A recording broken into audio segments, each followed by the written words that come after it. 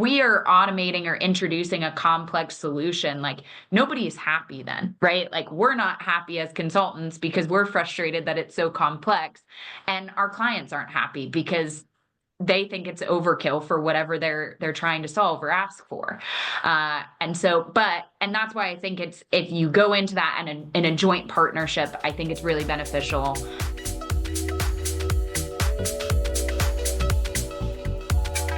All right. Happy February, everybody. It is another episode of AI Got This. And we've got some familiar faces with us today. Lauren and Gina are back. And I think we have a pretty exciting episode where we're going to sort of talk about use cases and defining them. And we hear this in the market a lot, but what does that mean? And why is it valuable? And why do I care? If I'm just starting this, what do I care about use cases? But before we start, let's just reintroduce you guys to the audience here really quick, and then we'll dive in. Lauren, why don't you go ahead? Lauren Renninger, I'm a director on our AI analytics and automation team. Been with the firm for 5 years. I blinked and it's been 5 years. I am on the East Coast today, so there's lots of snow and rain and gray outside, but nonetheless, happy to be here. Nice. Gina. Awesome. Hey, everybody. I'm Gina Montgomery. I'm also a director on the AI analytics and automation practice here at Armanino. I joined Armanino last June, and I'm also on the East Coast. So we have been experiencing plenty of ice, snow, and gray, as Lauren mentioned, but happy to be back. Yeah, awesome. All right, well, let's dive in.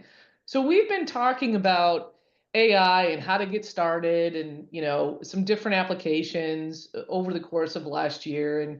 And one of the things that we're seeing more and more of, and you hear people talk about is, okay, well, develop the appropriate use cases. What does that mean? How do I know what an appropriate use case is if I'm just getting started and I don't know a lot about AI?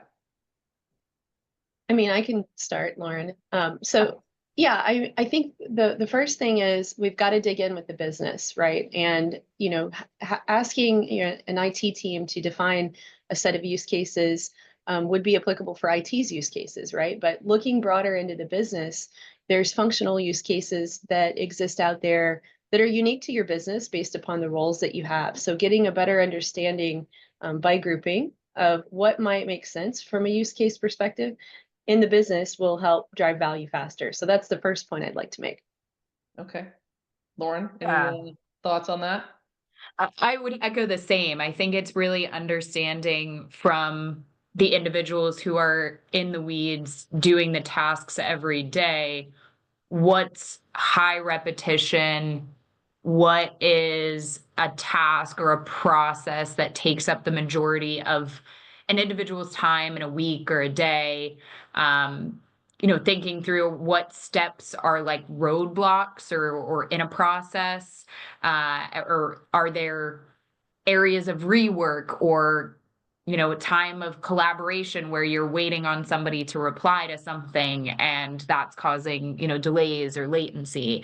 Those are like the questions that I think as we dig in with the specific business units that we're trying to understand.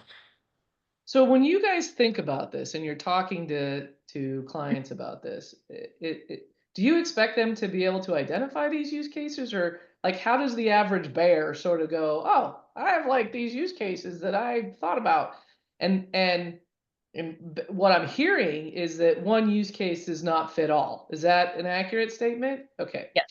So how does somebody go about sort of, okay, you're telling me that use cases are really important and that I should have them and that they're sort of unique to different parts of my business.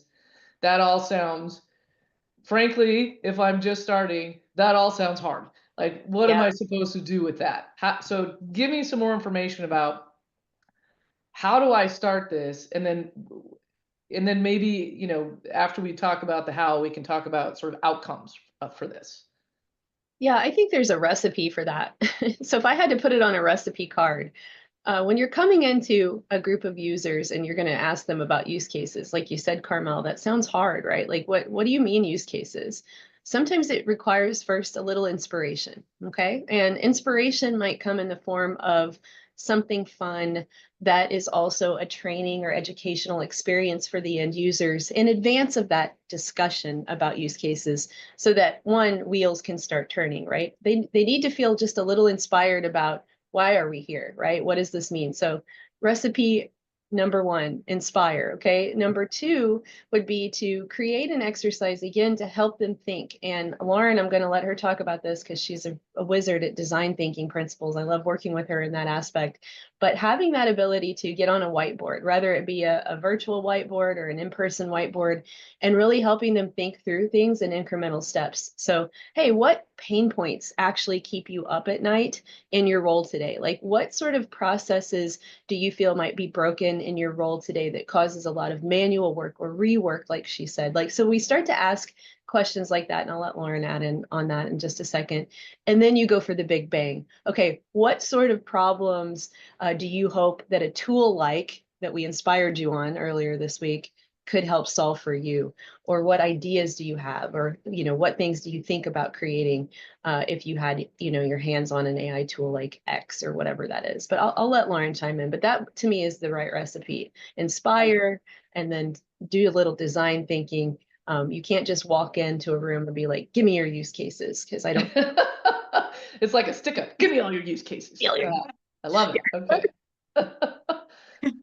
I love that. I would echo the same sentiment. Like, I think we take over after that initial like inspiration of like, here's some of what is possible with these tools and how we're seeing them utilized today.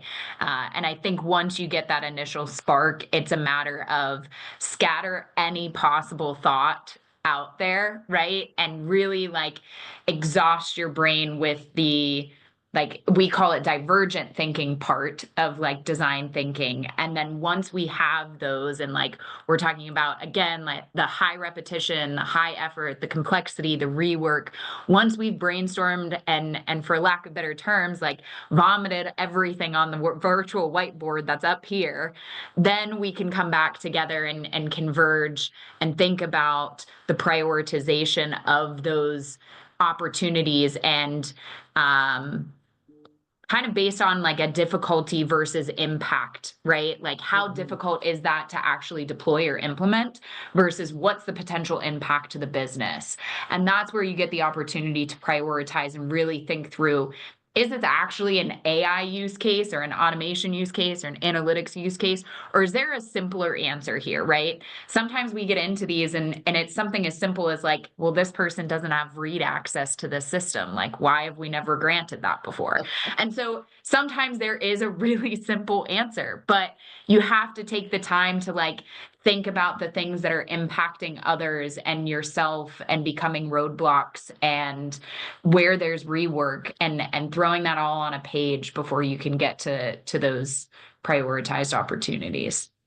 Yeah, I just Go ahead. think Carmel, having that matrix of simple to complex is so important. And naturally, when you move the lever towards the complex side of a use case, there's some magic that you need to make happen in understanding the process around those use cases. And that's where like process mapping becomes so important and so powerful, because if you've defined an advanced use case, making sure that you're designing an agent or whatever it is that meets the needs, you have to understand like the next layer of what's inside that process. So having a prioritization is step one. And then how do we go about it is step two. And I think there's some magic there and understanding deeply what's going on in the process today.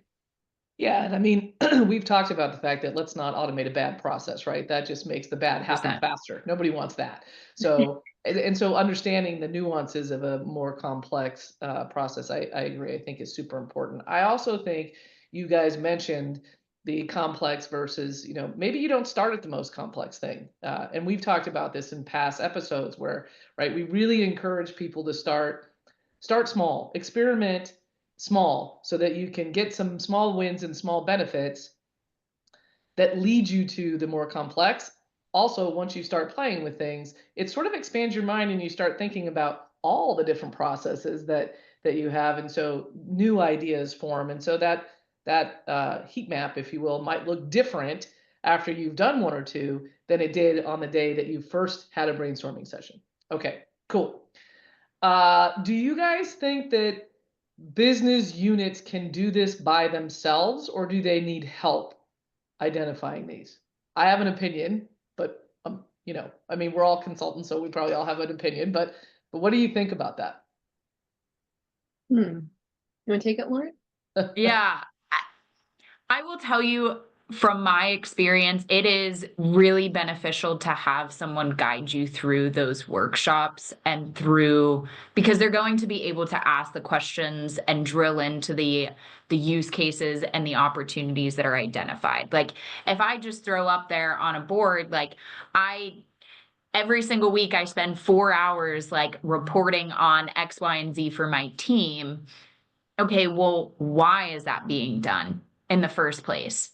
And how is that being done today? Where's the data coming from? They're going to be able to drill in to understand not only the pain point that you're identifying, but also to your point, what's the most sustainable and scalable solution that is going to be the least like hindrance to implement? Like what's the path of least resistance is what I always tell people.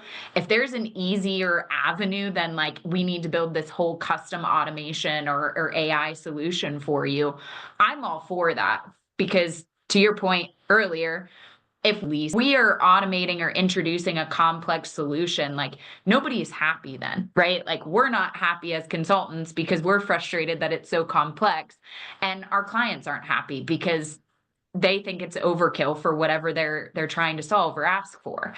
And that's why I think if you go into that in a joint partnership, I think it's really beneficial. We are automating or introducing a complex solution, like nobody's happy then, right? Like we're not happy as consultants because we're frustrated that it's so complex, and our clients aren't happy because they think it's overkill for whatever they're trying to solve or ask for.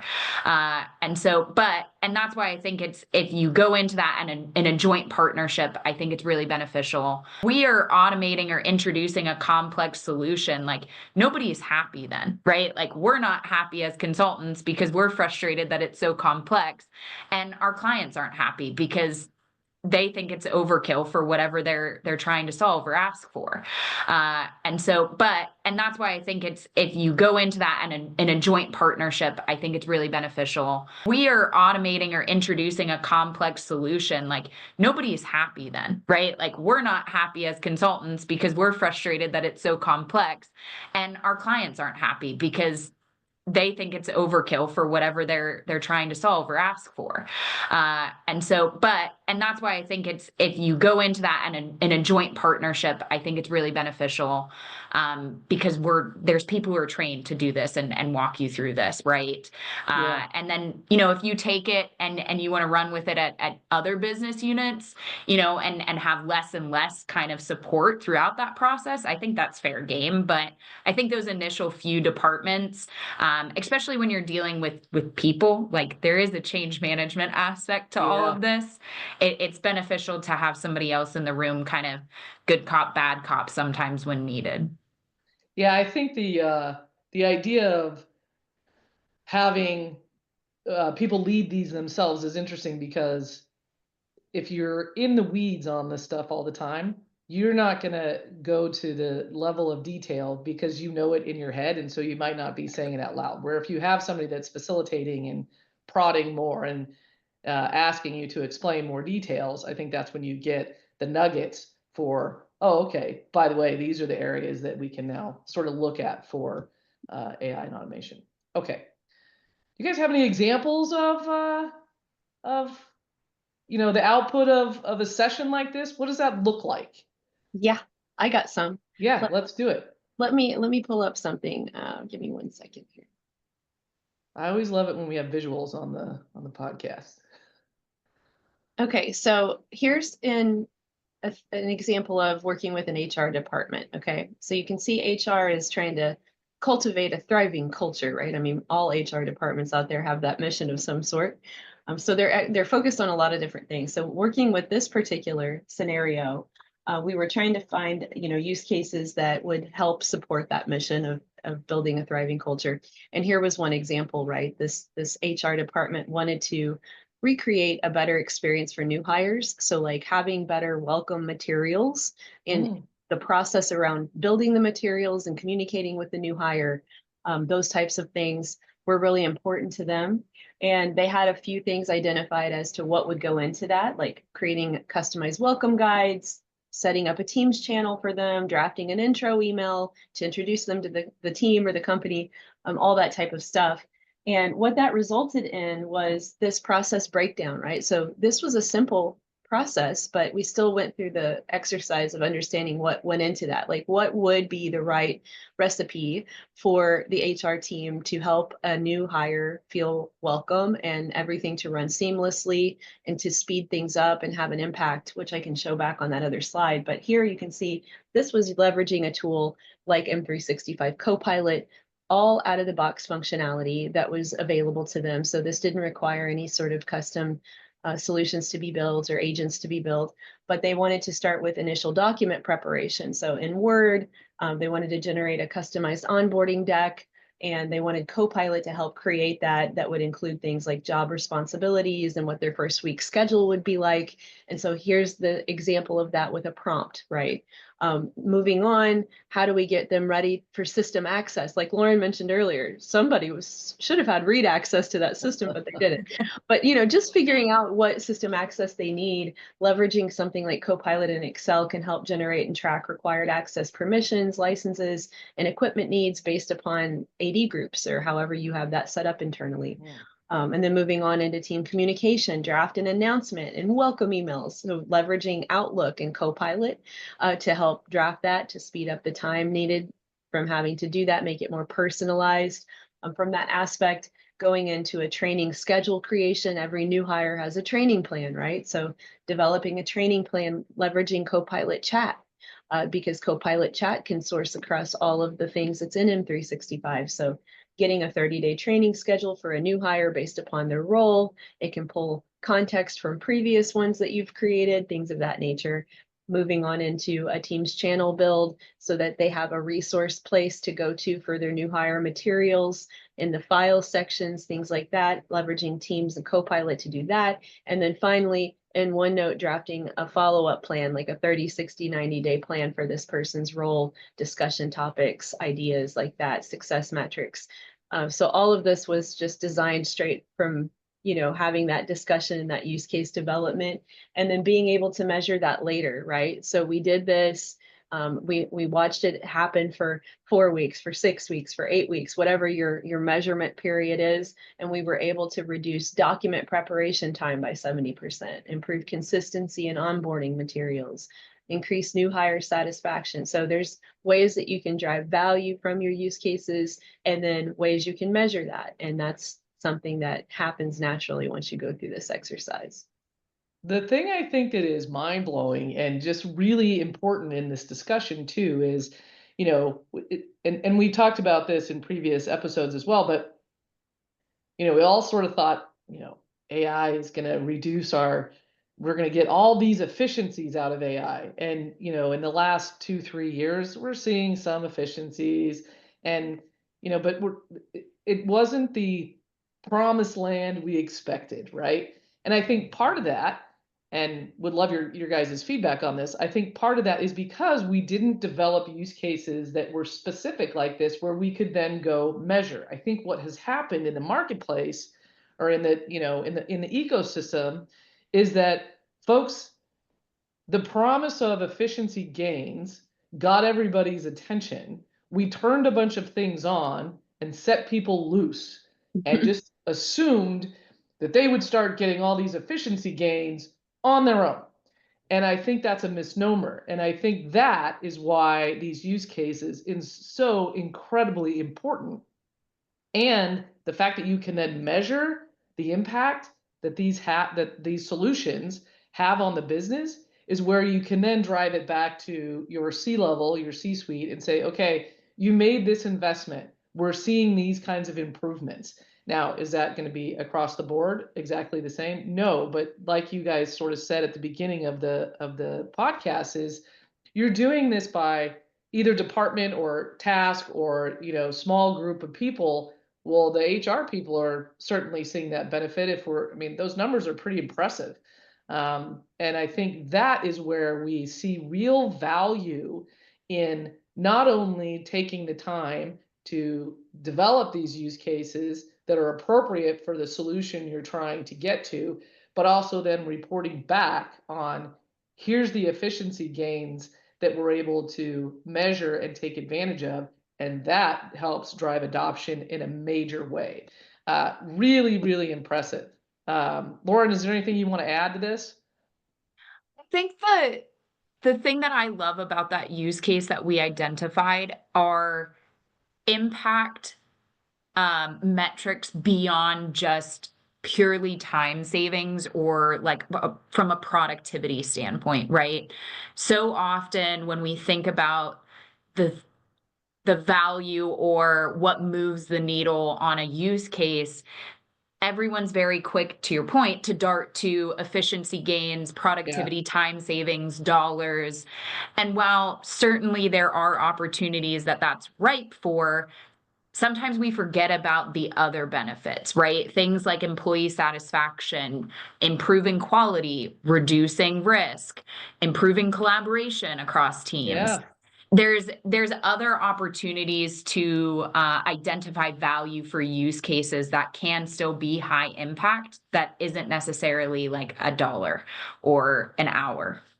Yeah, I love that, and I think it's interesting, right? In this, we're in a time where collaboration and working together and communication is so important, especially as I mean, this is a broken record for me. Do more with less, blah blah blah, right? So I get it, but that collaboration and communication needs to be happening at a pace that is unprecedented because everything is moving so fast, and we are doing more. And when we forget or don't do it well and effectively, it causes breakdowns in some part of the process or business, right? And I think that's a great point.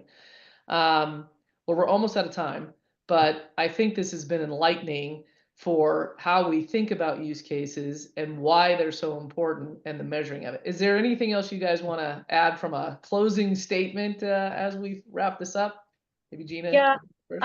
I just want to say, like, use case gathering should not be a one-time exercise. Yeah. Your end users are on a maturity journey when it comes to AI tools.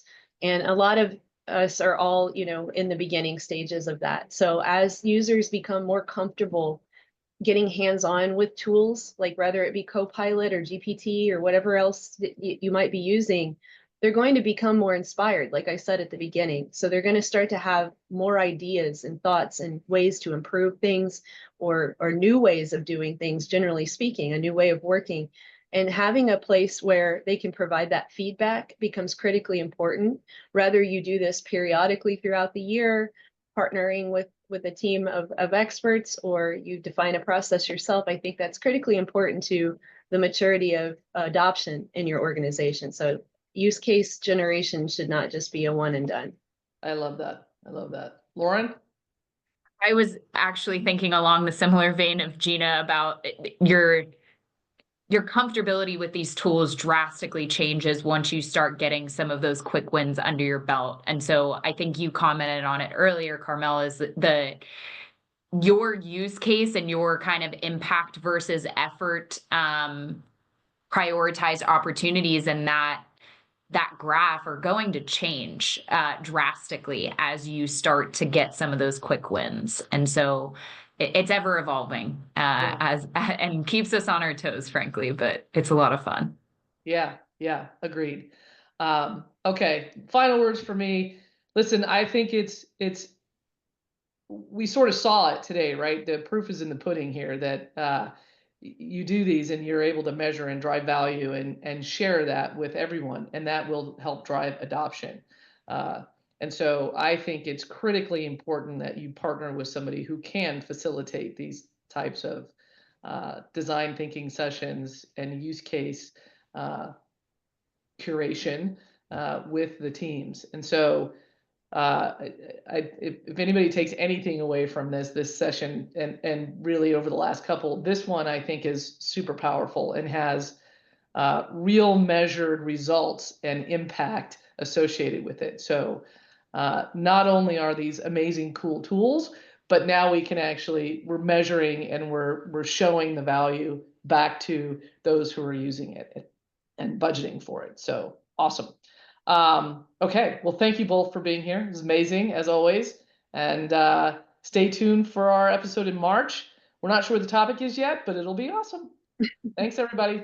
So see you later.